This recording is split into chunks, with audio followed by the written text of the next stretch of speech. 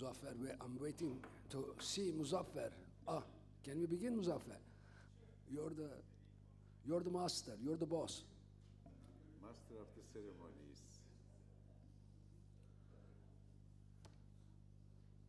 Welcome to the second morning session of this thoughtful conference on 10 years of the AK Party. Today, in this session, fifth session, we'll be talking about issues of democracy and the AK Party. We have three speakers. We'll begin with Dr. Ali Balcı from Sakarya University. Dr. Balcı did his graduate work at Sakarya University in international relations, and then stayed on there. Now he is an associate professor at Sakarya University. And he has really a different angle on many of the issues we talked about here, foreign policy, political Islam, and other conceptual issues. He focuses on concepts and introduces a post-structuralist view of these issues. I think it's a fresh angle, fresh perspective. So I look forward to his talk, which is going to be analyzing a particular struggle in 2007, and in light of that case, we'll see the dynamics of relationships between the military and the AK Party, right? Thank you. Thank you, Mr. Chair.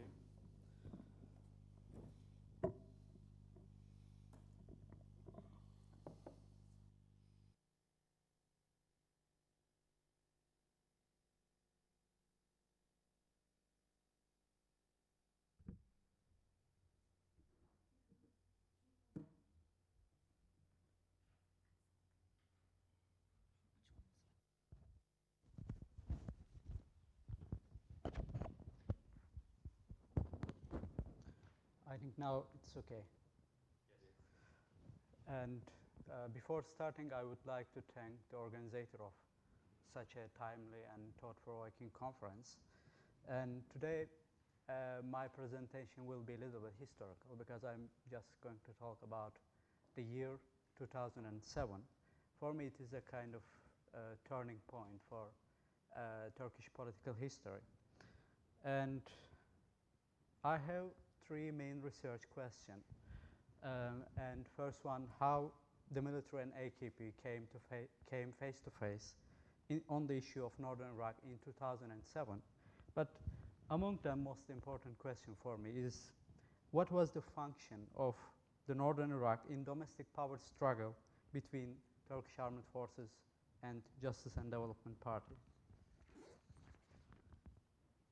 Here are my theoretical arguments and most boring part of this presentation, but I promise it will be very short. And for me, foreign policy is not the policies or actions of national governments oriented towards the external world, as realist scholars argued. And foreign policy is a practice which produces, maintains, reproduces state and its own identity. If foreign policy has a power to shape national identity, then it is part of domestic power struggle between different competing power blocks. And the first column is the definition of foreign policy. Foreign policy is related to process of discipline and domination through multiple forms of subjugation. And I divided this definition into two parts. First part belong to hegemonic power. And for hegemonic power, foreign policy is to exercise exclusionary practices in which resistant elements to secure identity on the inside are linked through a discourse of danger with threats identified and located on the outside. And when we look at the other side, it is for dissident blocs. Foreign policy is to exercise resistance practices in which dissident groups challenge, undermine, and change existing hegemonic power. And after this brief explanation, here is the definition of foreign policy. It is a state of power struggle between different blocs. Therefore, it is not necessarily based on national interest or national identity. It is part of hegemonic relations among different power blocs. And here is a brief trajectory of the relations between military and AKP on foreign policy. And this will be very brief, but European Union, as many scholars agreed, was a discursive shield for AKP in its struggle against military-dominated system. And Cyprus was first challenge. It was in 2004, and as you remember from Annan Plan, during this challenge, AKP weakened the image of Turkish armed forces as the ultimate guardian of Turkish national interests. But on the other hand, it resulted in no necessary power shift in terms of TAF's role in Turkish politics. But second turning point is in 2007. It is my topic, Northern Iraq. And the last one is a test case, Turkish-Israel relations, when AKP challenged the TAF's privileged position in relation with Israel. The military remained silent and contented itself with watching AKP's orchestrating relations with Israel. And now my focus is transitional period. Why Northern Iraq is the case? And it represents a transitional period or phase. This phase not only helps to illustrate changing of hegemonic relations between secular bloc and its conservative counterpart in 2007, it also provides an understanding how the military lost its upper hand in the formation and execution of foreign policy. For me, the most important point is the function of something in power relations, not identity of power blocks. And let me clarify this point. For example, AKP said that our border with Iraq is artificially constructed. And this was a challenge to dominant ideology. This border reflects the nation-state character of Turkey. Okay. This functionality of saying this border is constructed artificially make Northern Iraq case as useful tool for AKP in its challenge against military. And as you see from slide, the military said that the existence of a de facto independent Kurdish entity has been a reminder of the fact that Turkish nation state and its borders were constructed artificially, and it is a threat to nation state, one of the main pillars of communist ideology. This makes Northern Iraq functional in military's involvement in the name of defending national interest. For the AKP, the border with Iraq constructed artificially. Northern Iraq is not a foreign region from which a military threat is directed to Turkey, but a historical, cultural, and economic extension of Turkey. This is quotation from Davutoğlu. He said that in 2004. Here is the map which proves what I said in previous slide. And this map is depicting the region of Kurdish populated area. Of course, all these kind of discussions were quite related with domestic developments in 2007. I don't want to go into detail about these developments. I think all of you are familiar with these things. And I am skipping this slide. And national security and normalization of Turkish armed forces role in politics. In February of 2007, the then General Staff Yaşar Büyükanıt gave a long speech.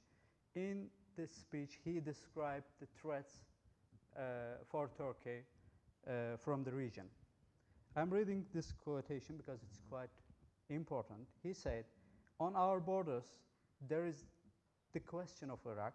The question of Iraq does not only have one aspect. The north of Iraq is a separate question. There is a terrorist organization in the north of Iraq. This is Turkey's problem. Turkey has a problem over Cyprus. Moreover, Caucasia is an area of risk. We do not know how that may unfold in the future. Apart from this, Turkey has a common border with Iran. That is also a potential risk area, and blah, blah, blah. He said, he concluded, in such a risky environment, as long as dynamic forces, let's say the military, protecting Turkey remain in place, no one can divide Turkey. And after this speech, the military gave a greater importance to Northern Iraq case. And after this speech, I'm dividing the developments into 4 different phases. In the first phase, the policy of rapprochement with Northern Iraq were discussed between Turkish armed forces and AKP, but in this discussion, the military won. In the second phase, dispute over cross-border operation into Northern Iraq. In this discussion, AKP won.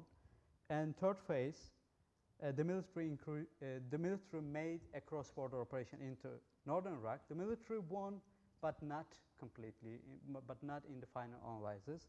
And the last phase is transition, official contact with Northern Iraq, made by the AKP.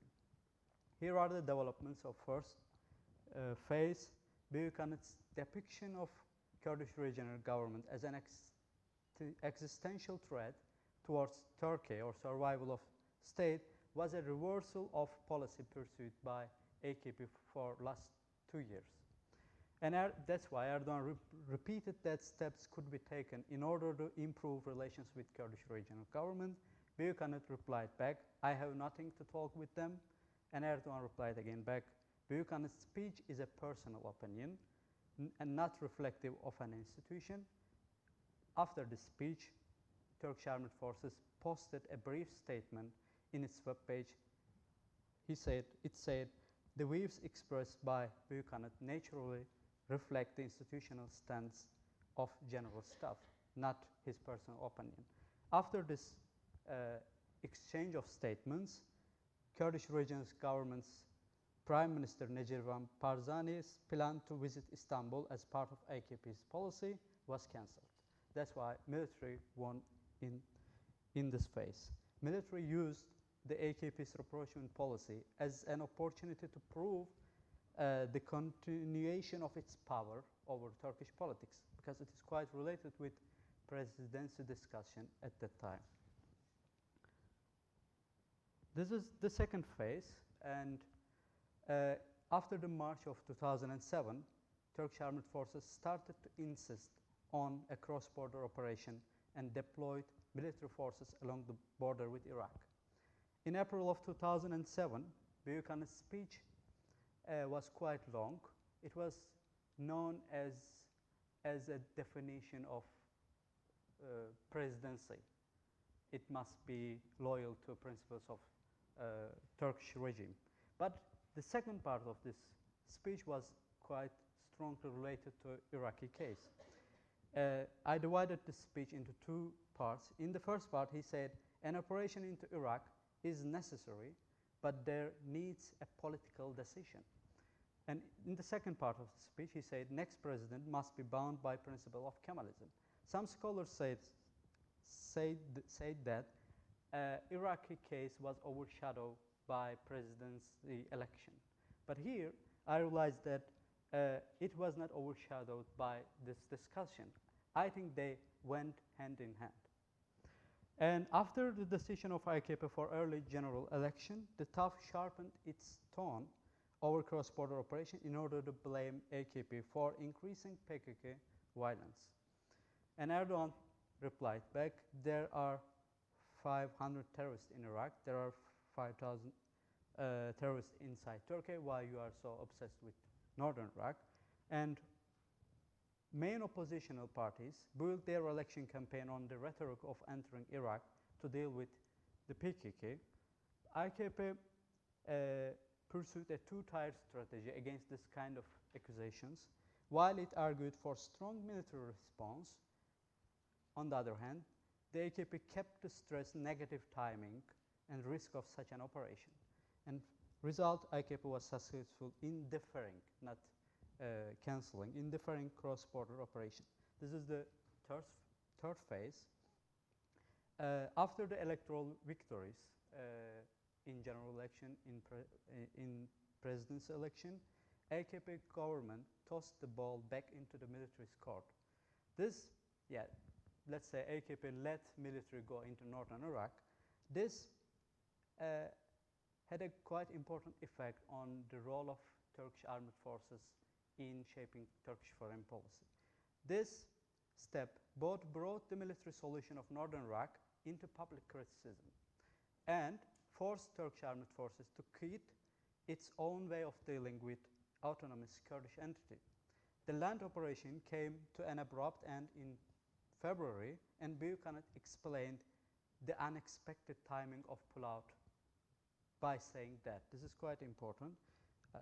He said the struggle against PKK could not be won through military measures alone. And this statement was quite symbolic in transferring the decision how to deal with northern Iraq to the civilian actors. And fourth phase, the Iraqi President Jalal Talabani paid a visit to Ankara on March 7th of March, 1 week after Turkish military ended its operation against PKK in northern Iraq. And this is quite important step. As a columnist, Cengiz Chandar evaluated this development like this. This visit proved how deeply the state tradition was wounded in Ankara, because Talabani is the president of a country which is boycotted by the Turkish military. And after this visit, Turkish National Security Council, which is the main institution on which military based its own power, in its meeting on April of 2008, this institution declared that Turkish armed forces agreed that it would be in Turkey's interest to continue consultation with all Iraqi groups and actors, including Kurdish figures. And Erdogan's then advisor Ahmet Davutoğlu went to Erbil and met with Necirvan Barzani. This is explanation of transformation, civil-military relations on the case of northern Iraq. Let me make some concluding remarks if I have enough time. Okay. And there are two different explanations of this year. First one developed by Ersal Aydınlı. He said that militaries look at the government for approving cross-border operation is a reflection of harmony between the military and government. It is a reflection of military's improvement of government's policy. On the other hand, Eva Lundgren said that AKP's approval of military request for cross-border operation does reflect that AKP is allying with the military. I think both of them seems a little bit wrong, because the relations between military and AKP on northern Iraq was reflecting hegemonic relations between these two different power blocks. And here is my conclusion of studies attempting to explain the transformation of civil-military relations during the AKP period. Those studies with no reference to foreign relations of Turkey at any time will remain inadequate. And if I bring this kind of discussion today, and I can say, and now positions of actors has been changed, and AKP is now in hegemonic position. And that's why it is using foreign policy or foreign relations of Turkey for the consolidation its own position in domestic settings. Okay, thank you for listening.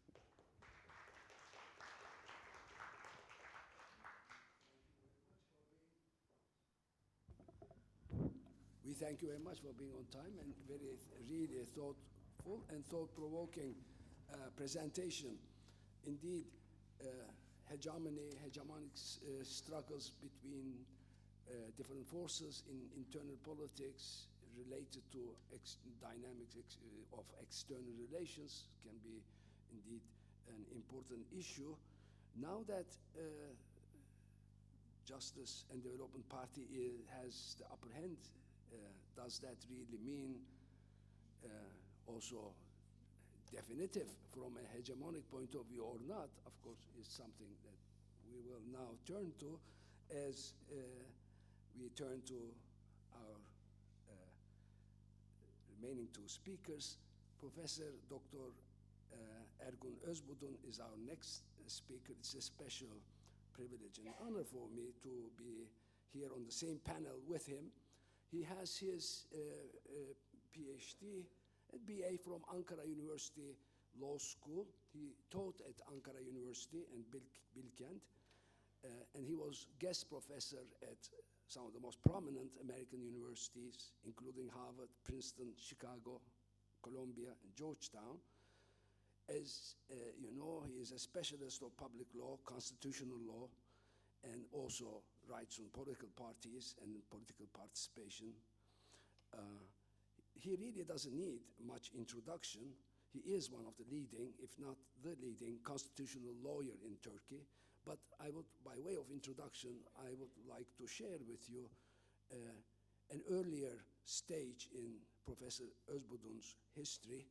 After the 1971 military intervention, there was a group of prominent political scientists led by Manfred Halprin, Henry Bienen. They were very busy developing theories about the modernizing role of military establishments and regimes.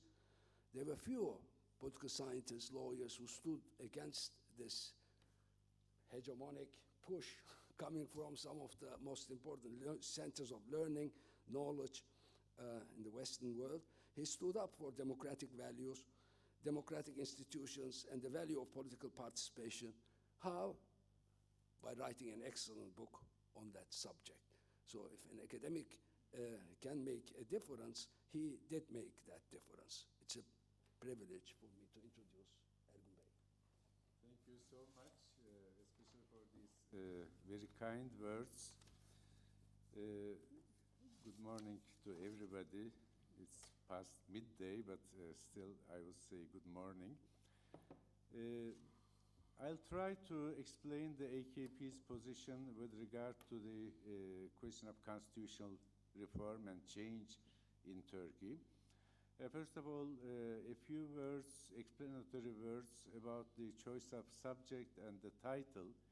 Why the constitutional amendment, constitutional change, or making a new constitution, and why the AKP? The answer to the first question is very clear. Constitution making is probably the most intense and interesting arenas of political activity. Divisions within the society became very observable during that period. Parties and different groups fight intensely over the constitution for the reason that constitutions are entrenched regulations, in the sense that it's more difficult to change constitutions than changing ordinary laws. Therefore, parties, different parties, conflicting parties pay a special effort, spend a special effort in order to register their gains, because the gains or losses are likely to be, if not permanent, at least long term. You cannot change them easily. Therefore, the process of constitution making is very interesting from a political scientist's point of view. And then the second question is obvious: why the AKP? Because the AKP has been in power in Turkey for 10 years now, more than 10 years. And it won 3 consecutive elections, which means that it has already satisfied the criteria for being a predominant party, and in all likelihood, it will continue to be so in the foreseeable future. This is something almost unprecedented in Turkish politics.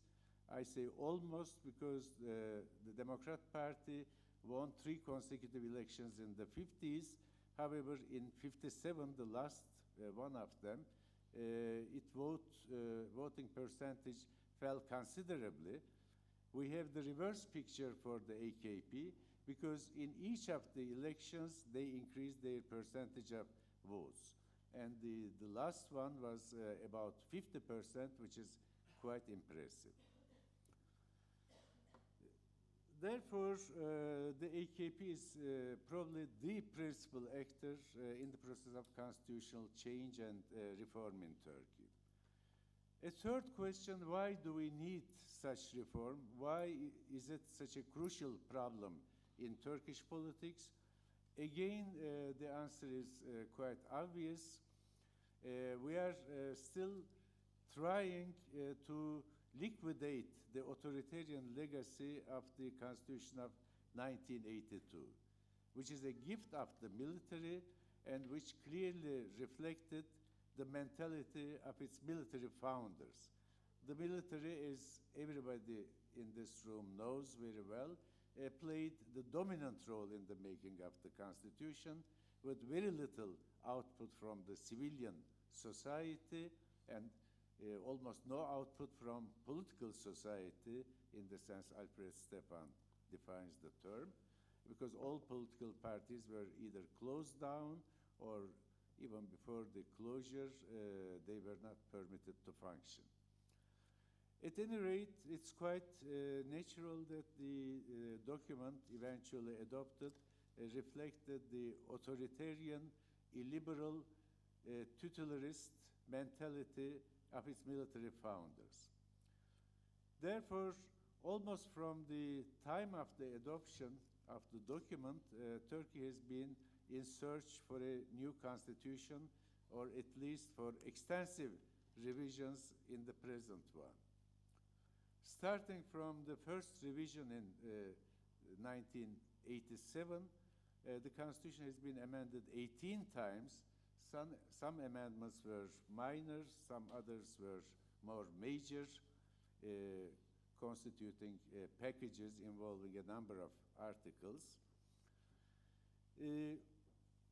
Before the AKP came to power in 2002, there had been several examples of such constitutional amendments, rather major ones, in 1995, in 2001, a couple of small but important ones in 1999. One observation that can be made about the process is that, so far, the constitutional amendment process conformed to the model of consensual constitution making. Let me explain. Political scientists studying the constitution making process distinguish between 2 modes or types of constitution making.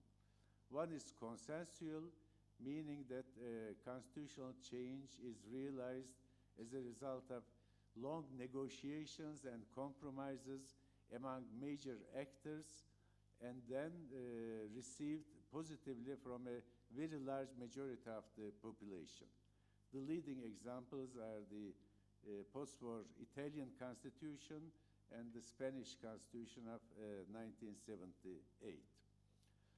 The dissensual approach is the opposite. Even though there is an elected Constituent Assembly or Legislative Assembly, one political actor or a combination of political actors dominate the scene, and they more or less impose their own preferred constitutional choices one-sidedly. The outcome regarding the future democratic regime is important. Obviously, a constitution made in consensual ways enjoys greater democratic legitimacy and leads to a more stable democratic regimes. While a constitution made in a dissensual way normally leads to short-term constitutions, political instability, and another constitutional change in the following years or decades. A typical example is the French Constitution of the Fourth Republic, 46, and the Portuguese Constitution of 76, which was radically revised in 82 and 89. At any rate, why this introduction? Because interestingly, even though in Turkish politics we don't see too many examples of inter-party collaboration and negotiations and compromises, a series of constitutional amendments went on quite smoothly based on a consensual approach. 1995, 2001, and then after the AKP came to power, the 2002 and 2004 amendments were also made in collaboration with the major opposition party, CHP.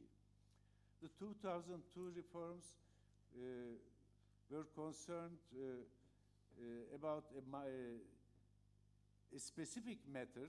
However, in political implications, it was important because it opened the door to the election of Mr. Erdogan as a deputy and then opened the doors for his prime ministership.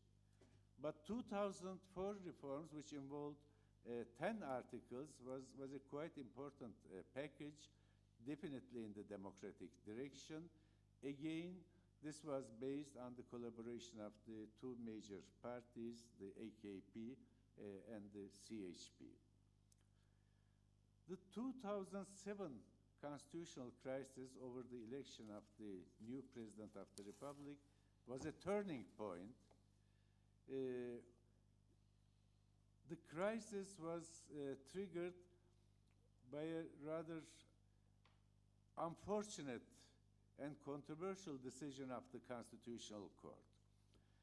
Because according to the rules of the Constitution, 4 rounds of elections were provided, were foreseen for the election of a new president. At that time, the Grand National Assembly was supposed to elect a new president. In the first 2 rounds, a 2/3 majority of the full membership was required. In the 3rd and 4th rounds, an absolute majority would be sufficient. The AKP at that time did not have a 2/3 majority, but it had much more than the absolute majority of the seats in parliament. Therefore, if the procedure operated smoothly, it would be quite certain that the AKP's candidate, Mr. Gül, would have been elected on the 3rd round, if not in the 1st or 2nd rounds. However, the major opposition party engineered a constitutional crisis helped by the Constitutional Court, and the Constitutional Court decided that the 2/3 majority was also necessary for the meeting of the parliament. Therefore, the first round was invalid. That led to a crisis, and the crisis was eventually solved by a constitutional amendment, 2007.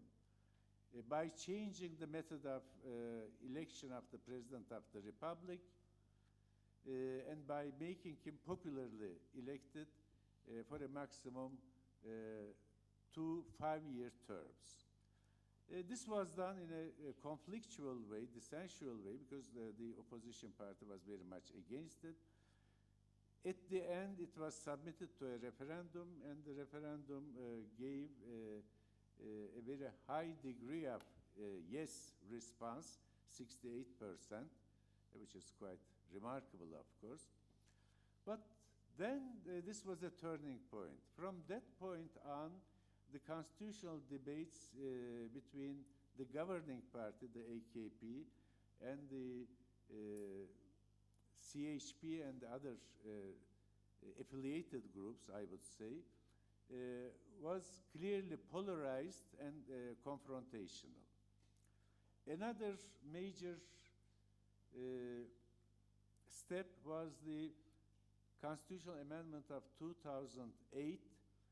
The AK Party, with the support of the Nationalist Party, the Kurdish Party, and a number of independent deputies, passed a constitutional amendment involving 2 articles of the Constitution. Obviously, the aim was to abolish the unacceptable ban on the wearing of headscarves for female university students.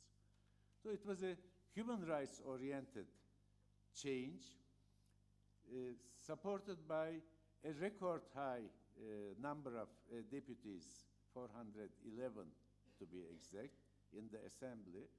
But again, in a very, very controversial ruling, the Constitutional Court annulled the amendment.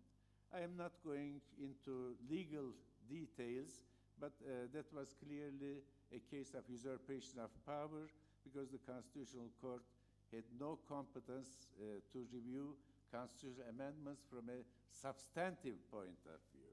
Its review powers were limited to simply a procedural review. Then another round of controversy was the package of amendment of 2010. Again, this was done only on the basis of the votes of the AKP deputies against the strong opposition of the 2 opposition parties. In my view, the reforms were in the democratic direction. My personal view does not mean much, but the reforms were also supported by major European institutions such as the Venice Commission, the European Union Commission, etc. The net effect of the 2010 constitutional amendments was to limit military and judicial titularism over the elected bodies of the government.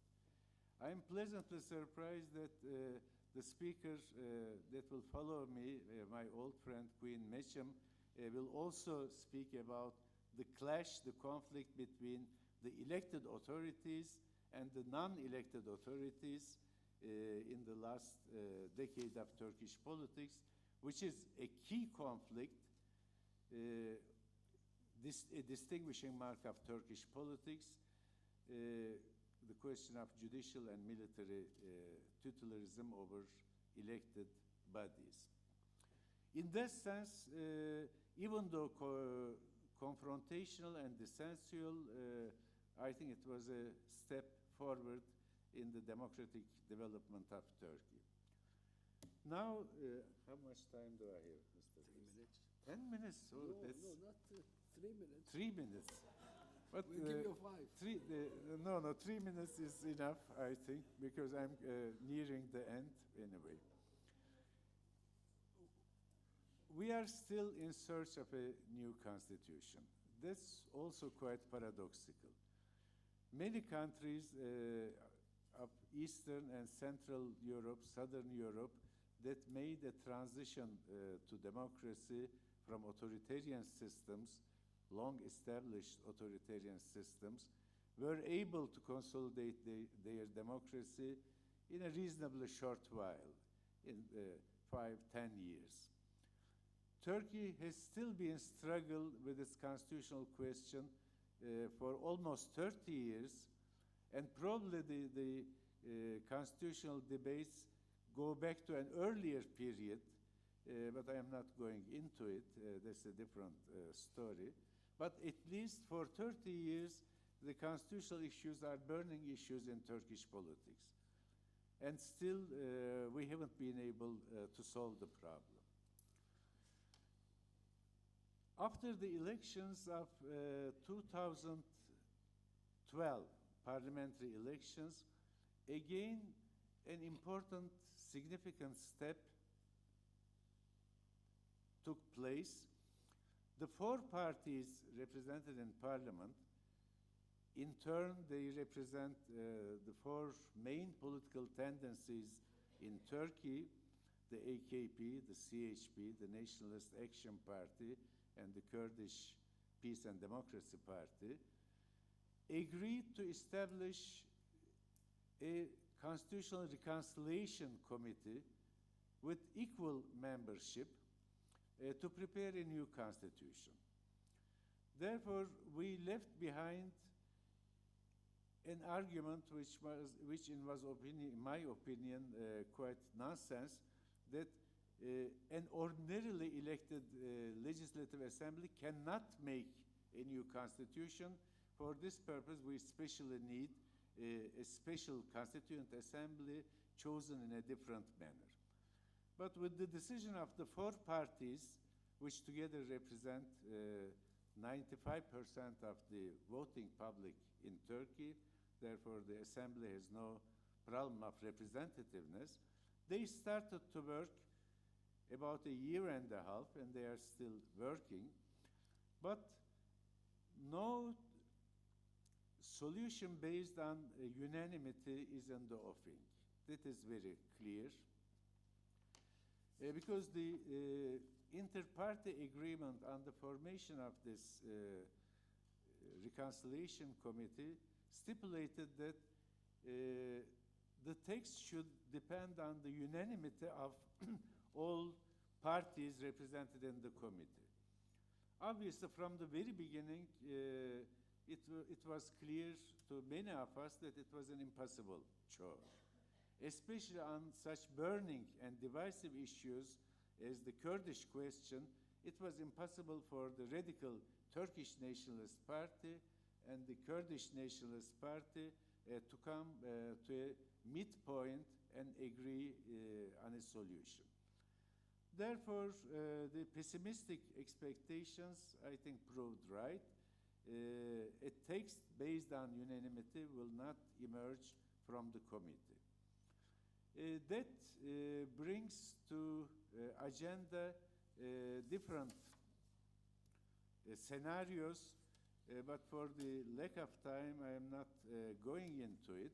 Very briefly, one scenario is the most possible from a political point of view, is a text based on the collaboration between the AKP and the Kurdish Nationalist Party.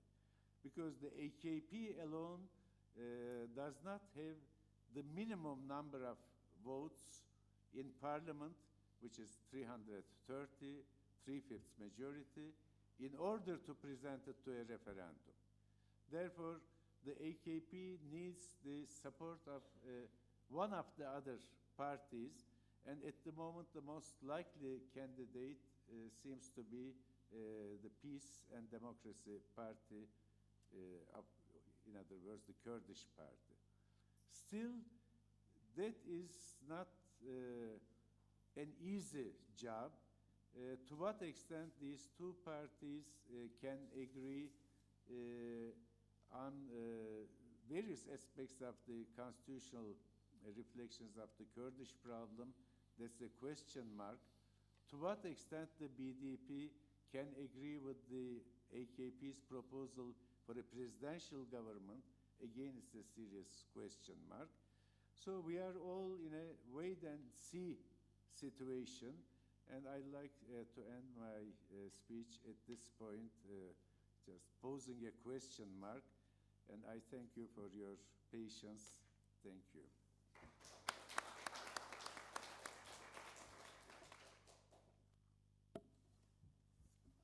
Our third speaker is, we thank you very much. We'll return to some of the connections with help from the questions you will be raising, but I want to go on with the presentations. Now, Professor Quinn Mecham will make his presentation. He is a Brigham Young BA student, but then did his graduate work at Stanford, teaches at Middlebury College, comparative politics, Middle East politics, political Islam, civil conflict are areas on which he focuses. More especially, he focuses on Islamic movements and the strategies and behavior of Islamist political parties. He won prestigious fellowships for field research in Turkey, Morocco, Senegal, France, Egypt, and Indonesia, among other countries. He was a scholar at Harvard and at George Washington Universities. He also worked on policy planning committees at the United States State Department. So there's a diplomat in him as well as an academician. And he will talk on electoral processes and the renegotiation of power, how the Justice Party confronts the Turkish state.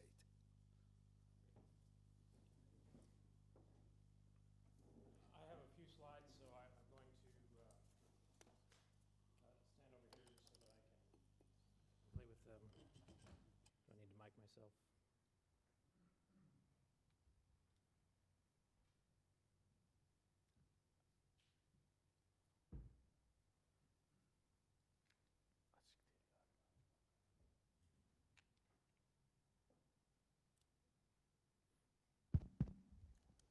Thank you.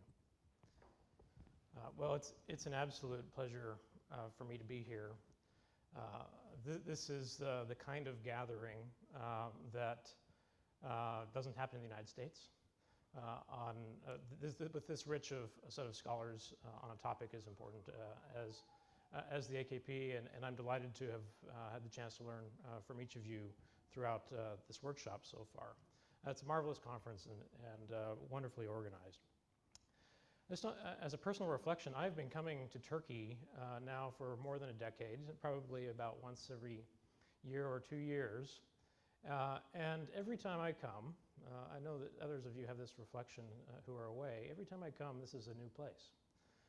There's just an enormous sense of energy, enormous sense of growth, and pleasant surprises around every corner. And they've continued during my visit, and I just think it's one of the things that makes the Turkish experience so remarkable. I mean, Turkey is surrounded by people and countries in crises, right?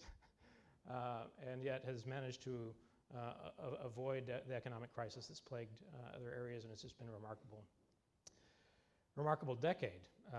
I also am delighted to be on this panel, particularly with Professor Özbudun, who was the first person to ever teach me Turkish politics. And I think of him much as a mentor in that respect. We're also in a very interesting weekend in Taksim Square, where the front page of the BBC today is all about what's happening right next door. And in fact, what's happening in Taksim is extremely relevant to my remarks today. I think what will continue there is an important episode in patterns of political contention in contemporary Turkey. And I would like to have you imagine that as a bit of a framework an empirical framework for what I'll be discussing theoretically. The key question that I want to address is to what extent has Turkish democracy become increasingly consolidated over the last decade? And to what extent do developments in the last decade actually pose a threat to Turkish democracy? Last night we had a rich dinner, and in his address, Professor Ayub, who spoke to us, described the last decade as a remarkable period of democratic consolidation. And I think that there are certainly some sound reasons that one can take that perspective. Just building on Professor Özbudun's remarks in terms of the constitutional changes, I think that for scholars of democracy, there have been a lot of positive things that have happened. In my remarks today, though, I would like to problematize that statement about consolidation a bit and discuss how we might think about the AKP's competitive environment today, right, a decade after it took power, and what that competitive environment actually means for democracy in practice. And in contrast to our previous speaker, I'm going to be taking more of a theoretical rather than an empirical approach in my remarks, but I'd be delighted to have a discussion around some of the empirics of it in our collective discussion. And I hope to pose what I think, at least for me, is a useful framework for thinking about questions of the AKP and democratic consolidation. In my remarks, I'm going to start by highlighting a couple conceptual issues in theories of democratic consolidation and posit a framework for understanding the AKP's competitive environment. I then want to pose a question that I've sought to answer, which is, under what conditions would a dominant political actor, like the AKP, support institutional checks on its own power? I will remark on some shifts in the AKP's institutional environment in the last decade and conclude briefly with a short comparison to the challenges of democratic consolidation in Egypt today under the ruling FJP. So a couple of useful ideas in the democratic consolidation literature I'd like to start with. When looking at the AKP, I think it's useful to think about two different types of democratic accountability that are often discussed in the consolidation literature: vertical accountability and horizontal accountability. We usually spend our time thinking most about vertical accountability, and vertical accountability is usually one of the first steps in the process of democratic reform. But in the Turkish case, I also think that issues of horizontal accountability are quite relevant. And if vertical accountability is vertical in the sense that you are an elected party and you are held vertically accountable by the voters who vote for you and then can choose to dismiss you from office, and therefore that every series of years you have to compete for their votes and they can weigh in on your performance, horizontal accountability is a bit different. And that is that power extends across multiple branches of government. Sometimes those different branches of government, and some of them might be unelected branches of government, have particular powers granted to them by the Constitution that can be useful in holding other branches of government in check. So in constitutional design, sometimes multiple houses of parliament are one way of providing some of that horizontal accountability by giving them different powers, a presidency versus a prime minister, or a presidency versus a legislature might also have different sets of constitutional powers that can be useful in holding one particular body accountable for its actions within the broader set of government. Now, if you extend that a little further, you can imagine that there might be even extra constitutional actors that can also provide a measure of horizontal accountability, some of them in the state. So you can imagine that in some contexts the military might be an actor that provides horizontal accountability. Court systems can do that. Even more broadly, civil society that has strategies and tactics beyond simply getting people out to vote might serve as a force of horizontal accountability. Now, there's a tension, a fundamental tension in the democratic consolidation literature, however, which generally supports this idea of horizontal accountability as being good for democracy, but it gets very nervous about reserved domains of power. So a reserved domain is a place, and militaries are a good place to think about this, a place where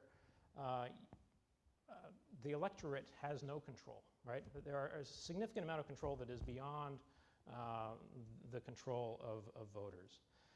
And they never face accountability from those voters. But in some ways, courts systems are also reserved domains of powers, and bureaucracies can act independently of voter preferences, and are often never held directly accountable for voter actions or for their actions. And on the one hand, you want what might be described, and in the United States, it's often described this way, as checks and balances between different institutions of the state, in which different forms of authority are dispersed across state institutions. But it makes Democrats very nervous when significant power is kept out of the purview of any elected institutions. There's also a final problem, which is the principal agent problem. And that is that, can a government, which has been elected by the people, actually get state institutions to do what it wants them to do? And this is a general problem in political science, where you often see the interests between governments and the state differing. Maybe the state thinks it can wait out the government. Maybe it has an interest in disobeying government directives, or at least failing to perform them with any enthusiasm.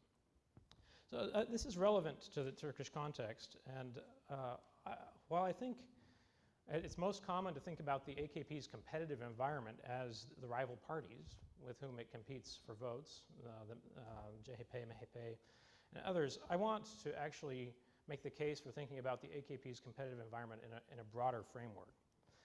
Imagine for a moment that the AKP's true competitive set is composed of three sets of actors: electoral competitors, competitors in state institutions, and competitors among civil society. And it might look something like this.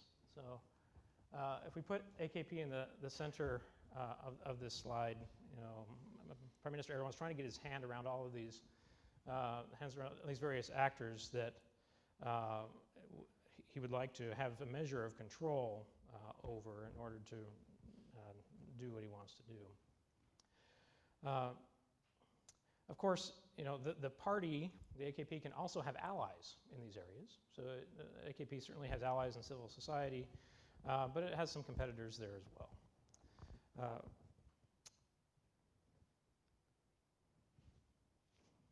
Let's see.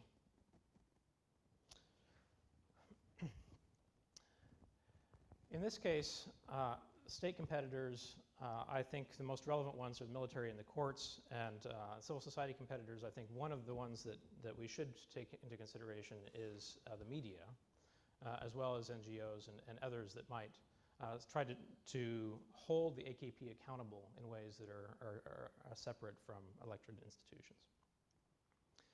Because Turkey has historically had significant reserve domains of power at the state level, embodied by a robust court system and a military that has seen itself as having constitutional responsibilities, much of the AKP's fight in the last decade has been with these other sources of state power, which have been more relevant actually to it realizing its agenda, rather than with traditional electoral competitors.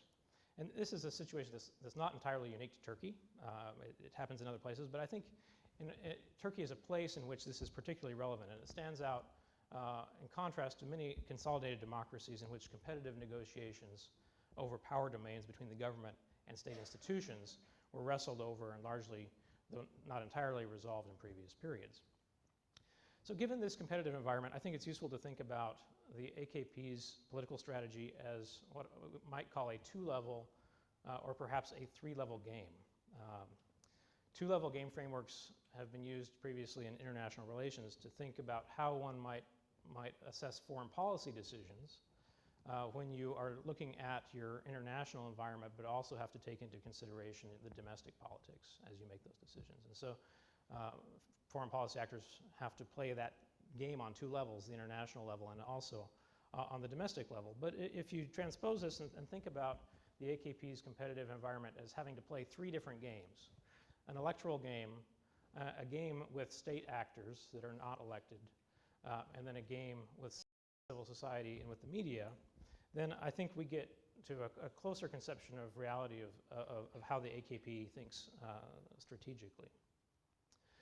And there are trade-offs here, right? You can imagine strategic trade-offs, just like in two-level games in foreign policy. You can imagine that a political strategy that takes on the military or the court system and leads to a bruising battle, but might plausibly have negative consequences with the electorate, right? That might not actually do you any good when it comes to the ballot box. Likewise, a strategy that aggressively takes on the media and civil society could lead to a backlash from state institutions. So in other words, when you're playing a three-level game like this, what is an optimal strategy for dealing with one set of these actors could actually have negative consequences with regard to your objectives with another set of actors. A decade into power, however, I think the AKP does have the benefit of having an iterated set of strategies toward each of these actors. It has been able to play this game now with each of these actors and multiple opportunities and observe responses over time. And so it really has a much better sense of the opportunities and constraints among the voting public than it did when it first started out. And that generally very responsive electorate at the ballot box has given the party increased confidence that it can take on its other competitors at the level of the state and civil society without having to necessarily pay for it at the next election. One of the strategies that I think the AKP has successfully employed is to leverage its popularity among the electorate and use that leverage to renegotiate the boundaries of power between the state and the government. And we've just heard one of the ways it has done that through constitutional processes. And that's not been without risk, right? Most of you in the room are very cognizant of some of the challenges that the party has faced. The court's decisions, very narrow decisions, have certainly served as a stark reminder of the very perilous and contentious process of the renegotiation of power relations across state institutions. And this contentious renegotiation process has been a source of political learning on all sides, and we should really think about this decade as one of political learning on the sides of each of these actors. And it's allowed the AKP and its state competitors to update their strategies over time. Let me turn now a little bit more toward this issue of democratic consolidation and where we might want to come down on the last decade. Is Turkish democracy more consolidated today after a decade of AKP rule than it was before? And imagine with me for a moment that if the AKP maintains power in the future, would that be a positive thing for democratic consolidation in Turkey? Much has gone right in the last decade, from my perspective, and it's hard to overemphasize the importance of sustained high levels of economic growth on the stability of the political system in which you're living. However, I think that there are legitimate questions that can be raised about the quality of democratic life in a system that's dominated by one political party. This is a question where I think we have a pretty interesting parallel in South Africa. In the South African political system, which has really been dominated by one party, which wins elections and is quite popular and has a lot of political legitimacy, the African National Congress, or ANC, and it's been dominated by the ANC since the mid-1990s. And that's increasingly led to concerns over the level of democratic accountability, both within the ANC and South African government. And corruption charges, for example, have increased over time. So the question that I would like to frame for discussion is, under what conditions would a dominant political actor like the AKP actually support institutional checks on its own power, and thus tie its own hands in order to enable a more accountable political system? I think, this is the political scientist in me, but I think this is somewhat intuitive. I think it's worth assuming, for the sake of argument, that dominant parties like to stay dominant, right? They like to maximize their power and remain dominant parties. And so it would be an unusual thing to imagine a dominant party saying, we're tired of this, you know, it's been a little bit too hard work. We'd like to take vacation now. So we have to think about something else than perhaps besides just a shift in desire in order to allow institutional checks to constrain your own power. Enabling institutions that would constrain your power would, is a counterintuitive behavior that would require pressures being brought to bear likely from outside of the party. So let me propose 4 conditions under which a dominant political actor might conceivably support institutional checks on its own power and use it as a framework for thinking about the AKP's political options going forward. I've highlighted here vertical accountability, horizontal accountability, external accountability. So this is to external actors, maybe international actors, for example. And then also ideological constraints and democratic political culture. Let me just think through each of these very briefly. If vertical accountability is high, that means that voters are very sensitive to a party's potential abuses of power, and they will punish a party for those perceived abuses. And it's worth asking the question, what are the effects of consolidating power on the sensitivities of the Turkish electorate, and what have we learned about that so far? I think that in some ways I've been surprised at the lack of response at the ballot box over time. Usually parties get punished. Even if they're doing a reasonably good job, they usually get punished in subsequent elections. And so understanding the Turkish electorate is going to be a piece of the puzzle here. Horizontal accountability is a little bit trickier. So this usually results, a set of horizontal accountability usually results from contentious episodes of negotiation over political rights and responsibilities. Formally, this often takes the place of constitutional debates, which of course the AKP has been very invested in. But informally, this can also come down to a mutual understanding of the spheres of influence in different state institutions. A willingness to take your hands off of certain issues, for example, northern Iraq and the issues there.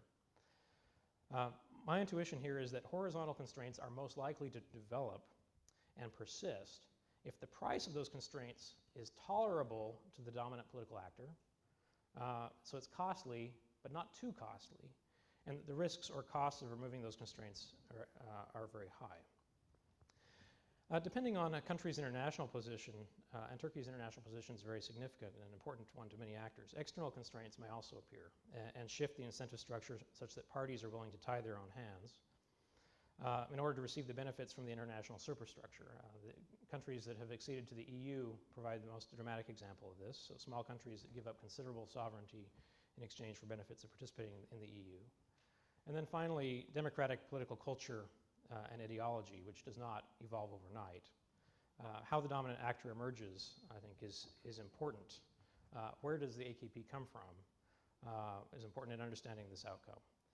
What are the competing ideological forces that challenge internal democratic constraints? Looking at how a party grows and evolves organizationally, including its own internal decision-making processes, I think is also helpful in assessing the potential constraints of democratic ideology. So a decade on, where are we? What's happened in Turkey over time? Thank you. Well, here's one assessment. That vertical accountability has gone down, horizontal accountability has gone down, external accountability has gone down, and I'm not quite sure about ideological constraints. I'm going to leave that one a little bit more open. But that's an interesting pattern, right? And if you're concerned about democratic consolidation, I think it's one worth reflecting on. I don't think these have gone down irremediably, but the AKP faces significantly fewer constraints on its behavior than it did a decade ago. Vertical accountability with voters, right, it does not appear at the moment to be a real threat to the AKP's power. It's a lingering shadow that looms in the case that Turkey's economic situation deteriorates significantly, though. The fact that Turkey has developed a very free and fair electoral system bodes well for vertical accountability over the long term, but in the medium term, it's not entirely clear how constrained the AKP feels by voters. If it can avoid significant missteps, pressure from vertical accountability might remain pretty low in the medium term. Likewise, because of what's happened in the past number of years, the AKP faces less horizontal accountability than it once did. And I think this is a development that is somewhat worth worrying about. I personally think it's a great idea to have civilian control over the military, and that's a good thing in democratic theory, but there is some price to be paid in the realm of horizontal accountability as the ability of non-party actors to constrain choices starts to decline. The Ergenekon trial, I think, has gone some distance in discrediting the military's democratic credentials. Constitutional reforms, of course, more precisely specify the military's rights and where it can and can't go. Likewise, I think shifts in the role of the presidency are going to impact patterns of horizontal accountability and most significantly changes in the role of the judicial system, which I think is often one of the most effective sources of horizontal accountability in consolidated democracies. Turkey's relationship with the EU is changing as well, right? It's in some ways, certainly the EU has changed its posture toward Turkey, and the AKP has changed its posture to some extent as a result. I think Turkey as on the whole has greater autonomy from considerations of the EU than it did some time ago. I think the aspiration of meeting EU membership requirements can serve as a long-term force for government accountability. And on ideology, the only thing I would say here is that my read is that the AKP has a really quite diverse set of ideologies within its organization that are united by a mutual agreement to exercise pragmatism on many issues. And that doesn't mean that the party is without ideology, but that there are competing ideological strains within what has become a very, very broad and encompassing organization. One of those ideological strains is a belief in liberal democracy. But another, of course, is a belief that Islam plays a constructive role in society and in the public sphere. And I think that the AKP has seen democracy serve its interests in the last 10 years, and that there's an underlying liberalism to some of its political thought. but that's not universal, and that it's still very much shaped by perceptions of threats in its external environment. Finally, just to conclude, I'd like to highlight a comparison with what's happening in Egypt right now, with the Freedom and Justice Party, which currently looks or thinks it is controlling the Egyptian political system. There are lots of good reasons to compare what's happened in Turkey with other countries as well, particularly in South Europe and in Latin America on civil-military relations. But the Muslim Brotherhood affiliate in Egypt, the Freedom and Justice Party, has been in something that resembles power now for almost a year. And looking at the two cases side by side along the four sources of accountability that I've outlined, I think there are a few things to highlight. Egypt and Turkey are remarkably different in many ways. The most important difference in my mind that makes a comparison like this difficult is the rich democratic institutional heritage of Turkey, which has been largely absent from the Egyptian case, and makes the institutional rules and environment of Egyptian politics at this stage much more uncertain than it has been in most periods of Turkish politics. That said, there are some useful comparisons, and I think that understanding patterns of democratic consolidation in Egypt can be instructive in putting them side by side with Turkey. The competitive environment, I think, is quite similar. So if you go back to this competitive environment slide, I think that when you look at the FJP in Egypt, their competitive environment is not just their electorate, right? It is certainly the state institutions, it's the military institutions, it's a very active civil society. Thank you. That's the competitive set that they're playing with. Unlike the AKP, the FJP in Egypt does not have the benefit of sustained economic growth. In fact, it rather presides over an economic and deep social crisis, for which it will inevitably bear some of the blame. And so the same question that I've been posing with regard to Turkey, I think, is particularly relevant about President Morsi, who has been accused of a range of anti-democratic actions over the last year. And under what conditions might this ruling party support institutional checks on power? I do think that there is relatively strong vertical accountability in Egypt, as long as elections are held. I think horizontal accountability is still reasonably robust, but externally and ideologically, I have increasing concerns. And so I think it's worth thinking about democratic consolidation to conclude in multiple forms, not just free and fair elections. That those forms of accountability for the AKP have in fact declined to some degree, but not irremediably. I think voters, civil society, and the court system all provide interesting ways of holding the party accountable for what it does and rewarding it as well.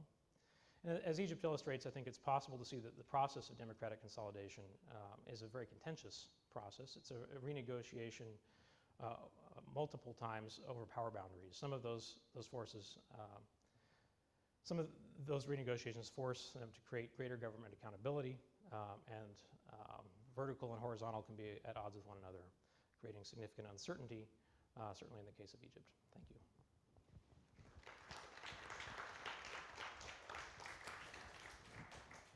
Well, we thank Dr. Mecham very much for, indeed, it is a very compact presentation, and I see there the coming of a book and a manuscript comparing experiences of democratization in different parts of the area, and we look forward to it. Indeed, these presentations are quite related, but there is this tension that's brought up in all the papers, put in different words: civil-military relations, how they are negotiated, military elected groups, forces in Turkish politics of Republic of Turkey. And then we have Professor Özbudun's presentation. We have indeed the same tension running there, but something else is introduced here. I mean, you can make constitution in two ways: consensual or by a select group. What we see, I mean, in the case of Republic of Turkey, there have been some consensual constitutional changes, but where we stand now, it seems to be like more of a narrower group trying to make its own constitution at the expense of any other kinds of opposition. And this is indeed the tension also that we see actually in that case. We have seen a presentation of multiple dimensions of these sorts of tensions in Dr. Mecham's book, but basically, if you take the title, is it the AKP versus state? I think AKP is becoming the state. In certain ways, it is dictating, as the talks in the previous panel also underlined. They do dictate their own terms on the rest of the society. Now, is this a trend that can be withheld? There are four different dimensions or possibilities here. That's again Professor Mecham's talk brings to our attention. It doesn't seem to be hopeful about anything, but I think maybe electoral politics is still our best bet. But there is another, being an academic myself, of course, I do take ideological dimension very seriously. In Eastern Europe, in a very short period, Professor Özbudun underlined, they've been able to reach a consensus to make a shift from an authoritarian regime to a relatively democratic regime. We have much longer tradition of free market economy and also, of course, more or less democratic environment, and we are still struggling at reaching consensus. This is a very serious problem. This is a very serious problem. How do we address this? If this is not solved, Turkey is not going to be, as far as I can tell, it's not going to be a model for anything, for any other party, any other country in the region or anywhere else in the world. This is a problem. This is a problem of norms that needs to be solved. How is this going to be done? Of course, university is one environment of this, but I would like to really, I made my points. I mean, let us go to the questions and then see what can be done on these issues, please. I have a question. Oh, sorry. Please I have a introduce question. yourself, although we Okay, know you very well still. There may be newcomers. Mohammed Ayub, Michigan State University. I have a question for Dr. Balcı and one for Professor Özbudun. Ali, I wanted to ask you about, you laid out very well the primary battlefield that you were discussing between the civilian authorities and the AK Party and the military on northern Iraq, and the other battlefield you identified was Cyprus, and I think there was a third one. But as you were there last night when I spoke about AK Party's foreign policy, I consider that the central pivot around which the Turkey's foreign policy is likely to revolve in a way in the region is the Turkish-Iranian relationship. And I'd like to ask you if you have been able to identify that as a battlefield as well, and was it that in the initial period after Ahmed Davutoğlu became the foreign minister that the civilians had dominated the military on that issue, and now it's reversed, or is it that the civilians have changed their minds as well? And I have a question for Professor Özbudun, which is actually two questions in one. Unfortunately, you didn't have enough time to dilate upon your ideas about what's going on now. So I'd like to push you a little bit on that, on two issues. One, has this issue of the presidential system, the change to the presidential system, created more complications for the constitutional writing process? And secondly, as you yourself said, that the likely majority in Parliament to get a draft passed and taken to a referendum would be support by the BDP to the AK Party's draft. So on the second issue, how much do you think the AK Party is in a position, given the other constraints of Turkish politics, to meet BDP's demands in the Kurdish issue?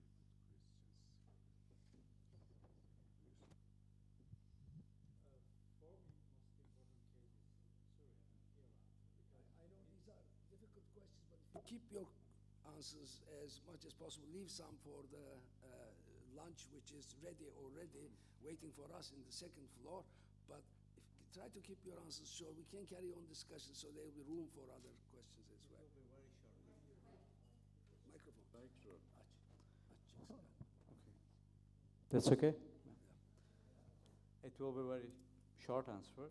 And for me, the most important case in terms of power relations, domestic power relations in Turkey is Syria.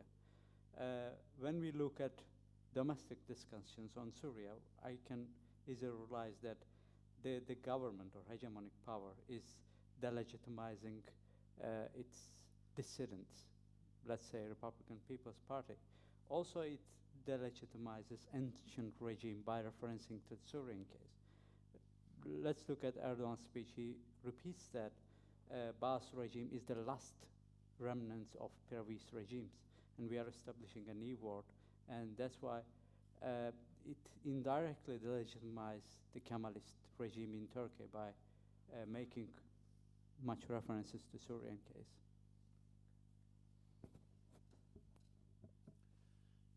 Both questions by Professor Ayub are excellent, very important ones. First, of course, I do believe that the AKP's proposal for a presidential system makes things more complicated and makes the consensual solution much more difficult. The political institution is already struggling with a number of very serious divisive questions. At the top, the Kurdish question, but we have also others.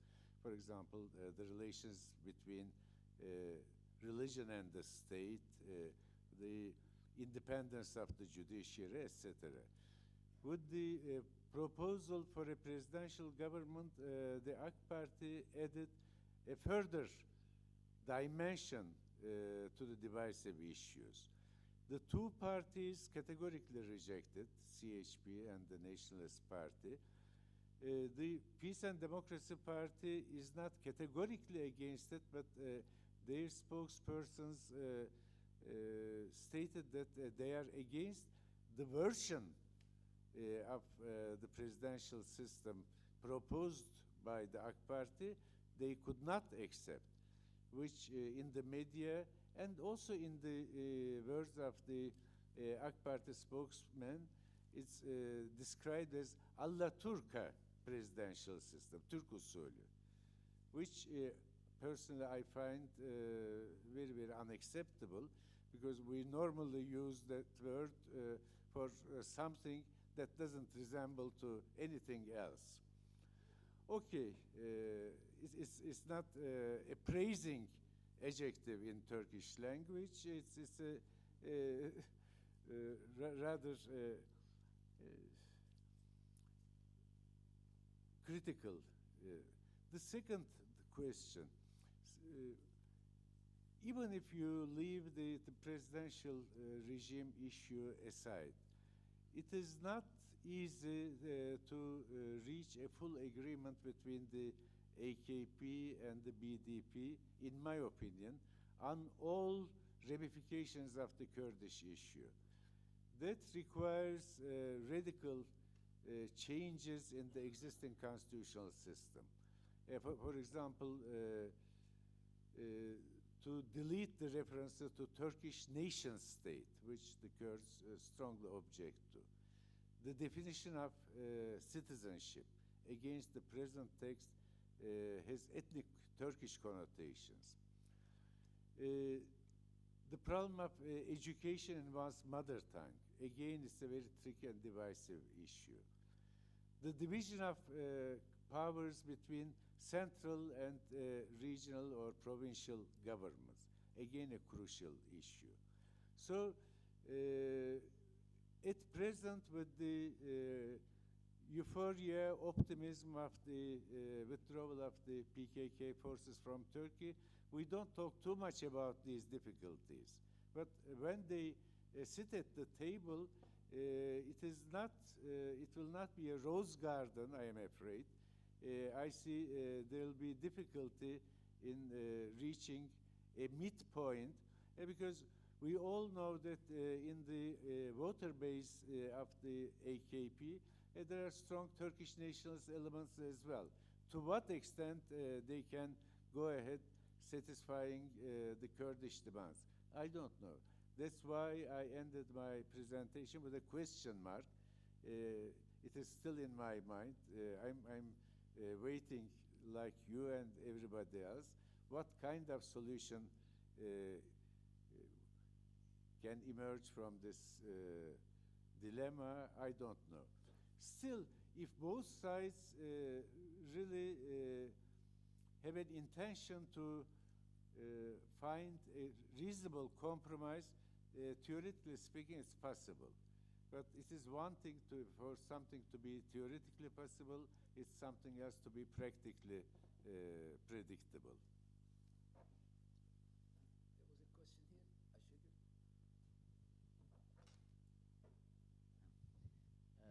Hi, Michelangelo Guida, İstanbul 29 Mayıs University. Actually, I had more than a question, a comment to Quinn's presentation.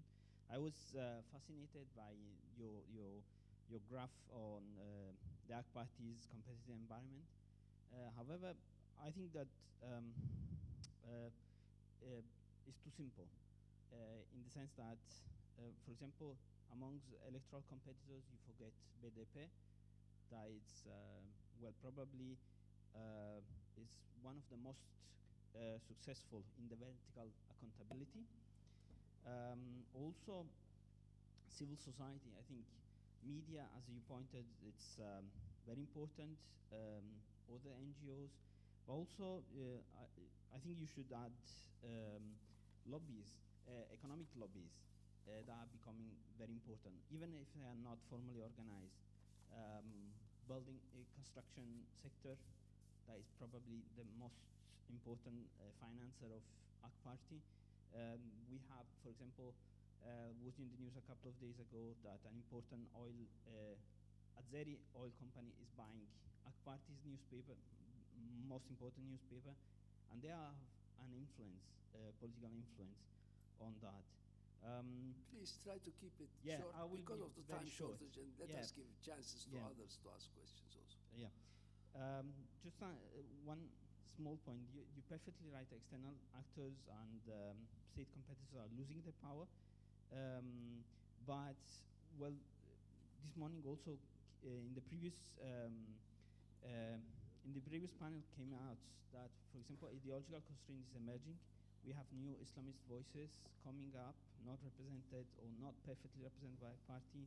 We have the Jamaats, read, for example, this morning Zaman, and there is also widespread democratic culture emerging that is very important. Thank you.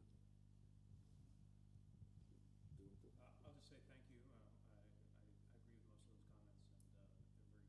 most of those comments, and they're very helpful in thinking through the broader environment. Thank you. I have two questions, one to Dr. Balcı, the other one to Dr. Mecham. And actually, I'll start with my question to Dr. Balcı, but I dropped my notebook, so I take it back. And here, I'm going to find it. Yeah. Actually, you suggested to explain the decline of Turkish armed forces' role in Turkish foreign policy by pointing out the change in the relative power distribution between the government and the army. So do you think that this explanation can be extended to our understanding of the civilianization of the domestic political sphere, which constitute the backbone of AK Party's democratization agenda? That's my question. And my question to Dr. Mecham is about the operationalization of the dimensions that he used to explain the consolidation. Actually, I'd be glad to know if he used country-specific indicators for different dimensions of consolidation, or if he used common indicators across cases. Thank you.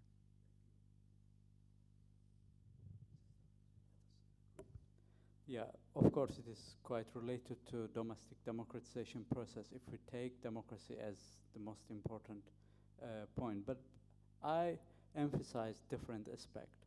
I emphasized blocks are doing such kind of things not for yeah, maybe for democracy, but not for all for democracy, for their position in domestic hegemonic settings. And Northern Iraq, Cyprus, and Israel are quite good tools to change domestic power settings for AKP. Also, it can be, this kind of developments can be good for Turkish democracy, but my interest is not democratization process. My interest is the changing domestic hegemonic settings. I would just say in response to your question that the slide I showed you is a theoretical framework that I've practiced operationalizing in a couple of different ways. If we could chat afterwards, and I can talk to you about some specific ideas. But it's easier in some places than others. So vertical accountability issues, for example, is very easy metrics to work on. Horizontal accountability has been a more challenging one to operationalize, but I have some ideas. Let us take one more question and that's it. Any questions? Everybody is hungry, so. That's right. All right. Okay. Thank you very much for organizing this.